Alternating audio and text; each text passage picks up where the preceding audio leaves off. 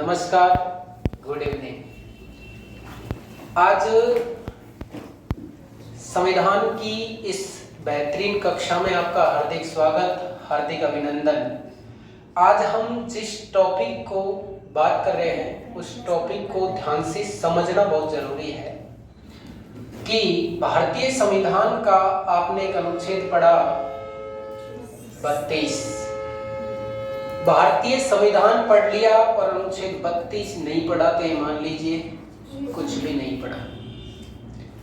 भारतीय संविधान के अनुच्छेद 32 के समांतर दूसरा अनुच्छेद है 226।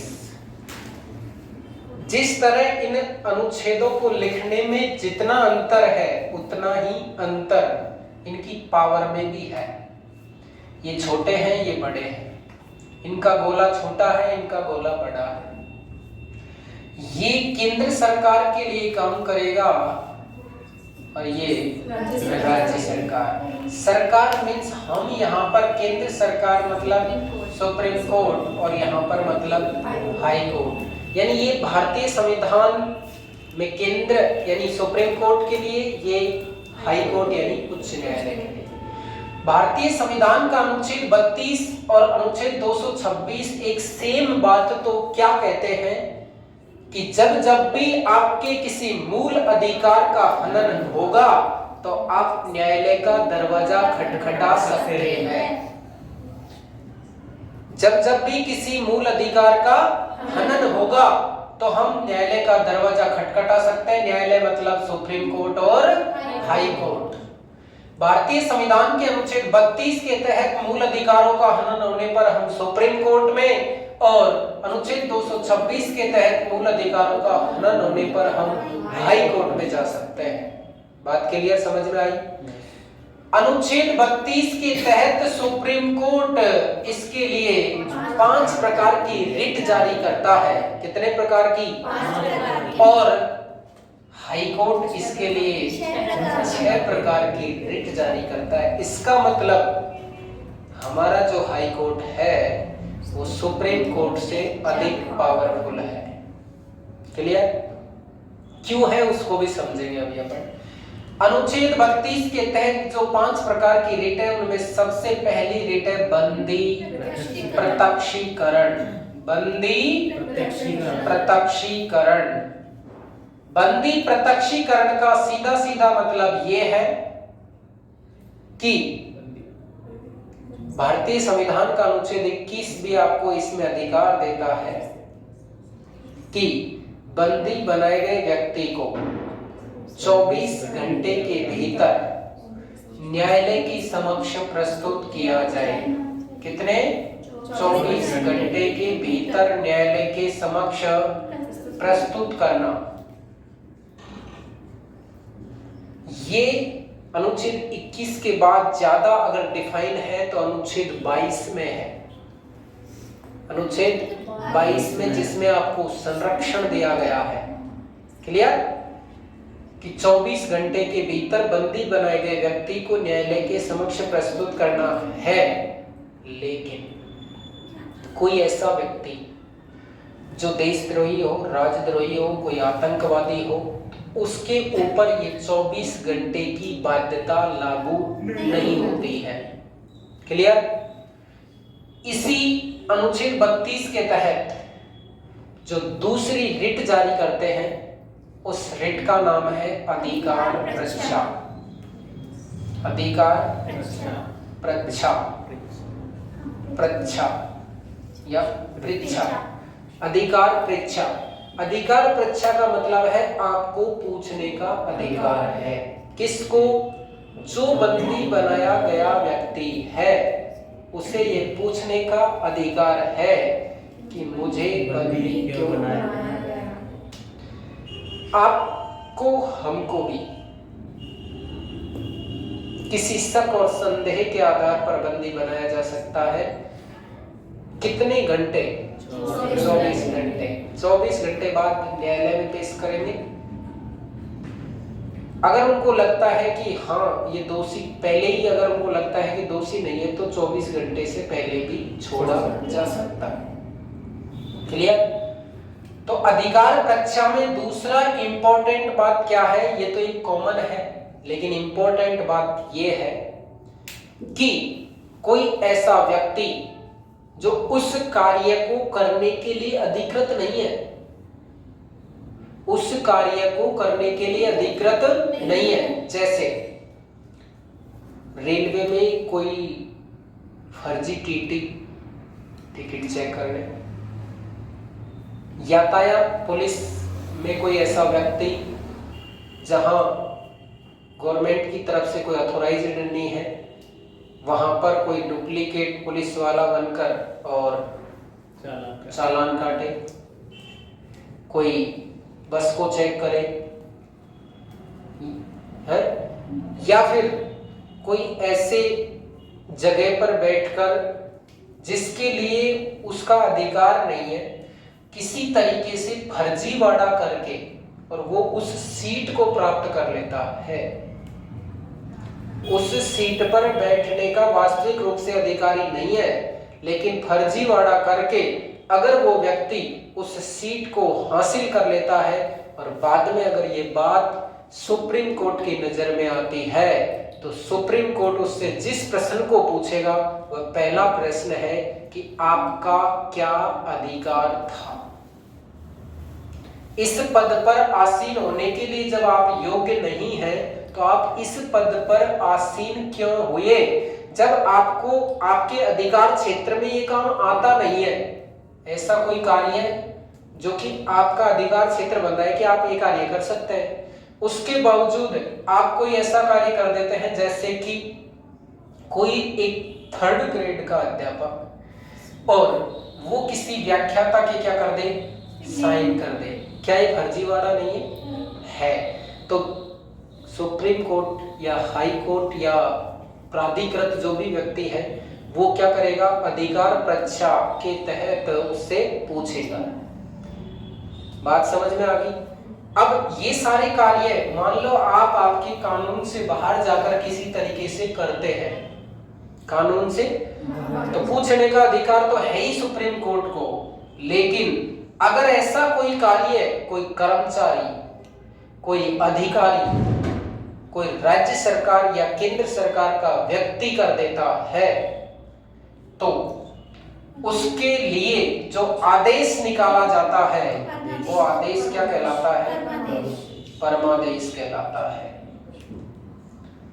बात समझ में आई क्या? परमादेश आदेश के तहत आपको बाध्य कर दिया जाएगा कि आप संबंधित स्थान के स्थान पर इस जगह पर आप अपनी ड्यूटी देंगे, आप इतने दिन के लिए निलंबित किए जाते हैं, आप मतलब इस तरह का आदेश निकाल सकता है। यह आदेश किसी कर्मचारी या अधिकारी को ही दिया जाएगा। क्लियर? परमादेश किसके लिए काम करता है? अधिकारी और कर्मचारी। क्लियर? नेक्स्ट, ये तीनों रिट समझ में आ गई है। रिट नंबर 4 और रिट नंबर 5 दोनों एक साथ समझनी पड़ेगी। रिट नंबर 4 जो है वो कहती है प्रतिषेध। प्रतिषेध को इंग्लिश में बोलेंगे प्रोहिबिशन। प्रोहिबिशन, तो प्रोहिबिशन के तहत निषेध है या मनाही है, निषेध या मनाही। इसको प्रैक्टिकल समझने के लिए जैसे एक मैं और एक मेरा प्रतिद्वंदी, दो व्यक्ति किसी न्यायालय में केस लड़ रहे हैं। बात समझ में आ रही? किसी हाई कोर्ट में या नीचे वाले कोर्ट में केस लड़ रहे हैं। ये मैं हूं, ये मेरा प्रतिद्वंदी है। अगर मेरे को इस बात का शक हो जाता है, संदेह हो जाता है या किसी प्रकार की ऐसी स्थिति आ जाती है कि मेरे को लगता है कि ये केस तो मैं जीतता, लेकिन किसी गड़बड़ होने की वजह से या इस व्यक्ति ने कोई गड़बड़ कर दी या इसके वकील के द्वारा या कोर्ट के जज के द्वारा ही क्या कर दी गई, कोई गड़बड़ कर दी गई है, तो ऐसी स्थिति में मैं जाऊंगा ऊपर वाले कोर्ट में। ऊपर वाले कोर्ट में जैसे हाई कोर्ट में तो सुप्रीम कोर्ट में और जिला न्यायालय में तो हाई कोर्ट में। ऊपर वाले कोर्ट में जाऊंगा, ऊपर वाला कोर्ट तत्काल इस कोर्ट को आदेश देगा कि इनका जो केस चल रहा है उसको इसी जगह स्थगित कर दिया जाए। वो रिट किसके लिए है? प्रतिषेध। प्रतिषेध रिट समझ में आ गई है। उसके बाद में यानी ये स्थिति तो मैंने एक एग्जांपल देके बताई है। ऐसे कोई कार्यालय में, कोई निम्न कार्यालय में केस चल रहा है, अपर कार्यालय भी अगर इस तरह की मनाही करेगा तो वो इसी रिट के तहत करेगा। क्लियर? नेक्स्ट, अब ये केस जो था वो स्थगित तो कर दिया, लेकिन एक अगली जो रिट है उसका नाम है उत्प्रेक्षण रिट। इस उत्प्रेक्षण रिट के तहत ये जो केस चल रहा है हाई कोर्ट में, तो सुप्रीम कोर्ट हाई नीचे वाले कोर्ट को यानी ऊपर वाला कोर्ट अधीनस्थ कोर्ट को या नीचे वाले कोर्ट को, हाई कोर्ट अपने अधीनस्थ कोर्ट को यह आदेश देता है कि ये जो केस चल रहा है इस केस को या तो आप दूसरे कोर्ट में, या तो आप दूसरे कोर्ट में स्थानांतरण कर दें या हमारे पास स्थानांतरण कर दें। उस करने के लिए जो आदेश दिया है वो कौन सी रिट है? उत्प्रेक्षण रिट है। इस तरह ये 500 रिट कंप्लीट होती हैं। हाँ, सुप्रीम कोर्ट के स्थान पर अगर ये हाई कोर्ट में आती है तो रिट कितनी आ जाती हैं? 6। तो 6 में ये 5 रिट तो सुप्रीम कोर्ट और हाई कोर्ट को समान रूप से प्राप्त है, लेकिन छठी रिट का अधिकार प्रत्येक हाई कोर्ट को होता है और उस छठी रिट का नाम क्या है? Injection writ. Injection writ. जब भी हम किसी तरीके से परेशान होते हैं, बहुत ज्यादा बीमार हो, तो जाते ही डॉक्टर हमें क्या लगाता है? इंजेक्शन। वो जो लगाता है वो किसका?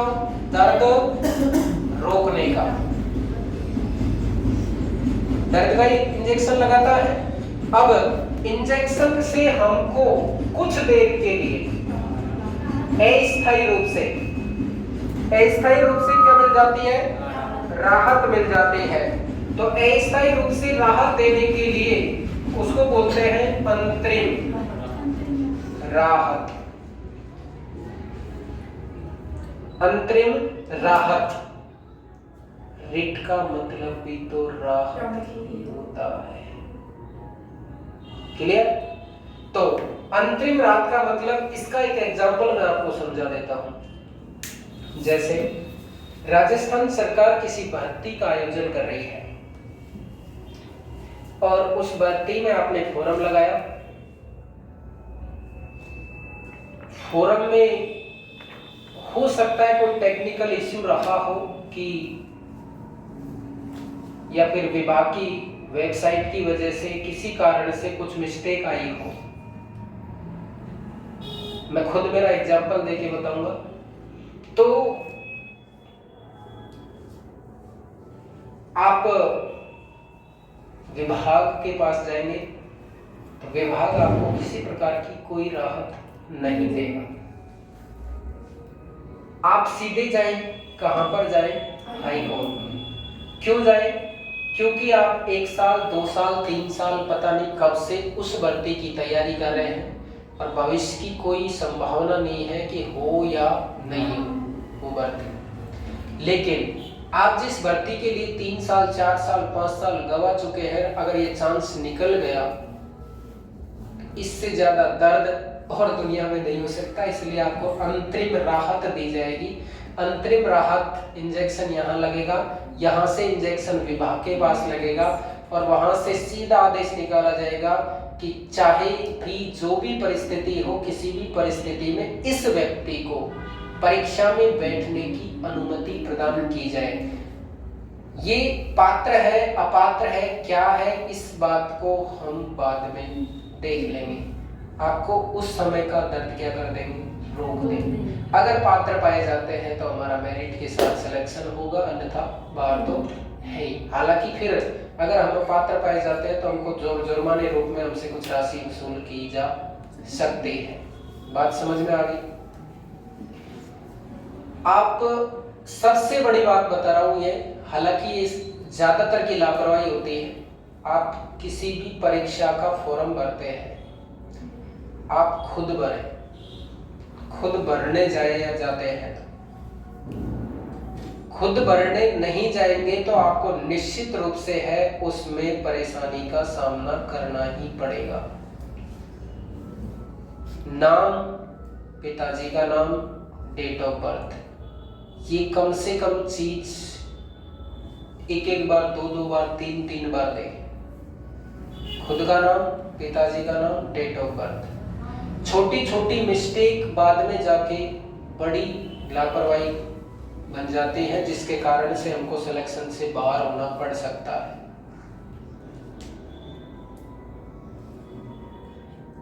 बहुत सारी चीजें हैं। आप परीक्षा फॉर्म लगा रहे हैं, आपके पास आज के दिन, इमेजिन दैट आप जनरल ईडब्ल्यूएस से फॉर्म लगाना चाहते हैं जैसे, और आपके पास ईडब्ल्यूएस अभी है नहीं। आप सोचते हैं कि जब तक भर्ती होगी तब तक बढ़वा लेंगे। आप निश्चित मानिए उस भर्ती प्रक्रिया से आप बाहर हैं। ये निश्चित मान लेना कि आप उस भर्ती प्रक्रिया से बाहर हैं, चाहे वो कास्ट सर्टिफिकेट का मामला हो, चाहे इस तरह ईडब्ल्यूएस का मामला हो। ऐसे बहुत सारे केस चल रहे हैं। अब उन बंदों का सिलेक्शन तो हो गया, लेकिन सिलेक्शन किससे हुआ?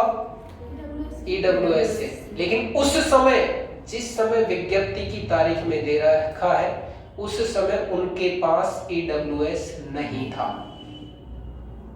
जिस वजह से अगर उनको जनरल में सेलेक्ट करते हैं तो वो मेरिट में नहीं आते हैं, और अगर मेरिट में शामिल करते हैं तो उनके पास ईडब्ल्यूएस नहीं है। इस परिस्थिति में आप उस भर्ती प्रक्रिया से बाहर हैं। बात समझ में आ गई?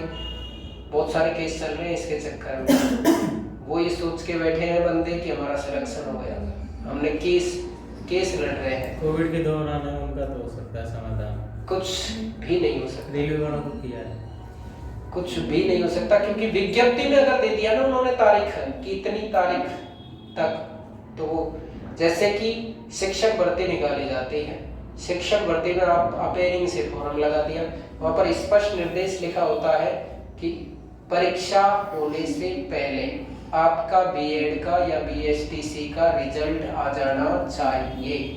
जैसे आपने पटवारी का फॉर्म लगा दिया और आपकी बीए अपेयरिंग फाइनल ईयर है, उसमें भी ये लिखा होता है कि पटवारी भर्ती जो होती है, भर्ती परीक्षा के दिन, उसमें पटवारी भर्ती का रिजल्ट नहीं, भर्ती परीक्षा के दिन से पहले आपका रिजल्ट आ जाना चाहिए।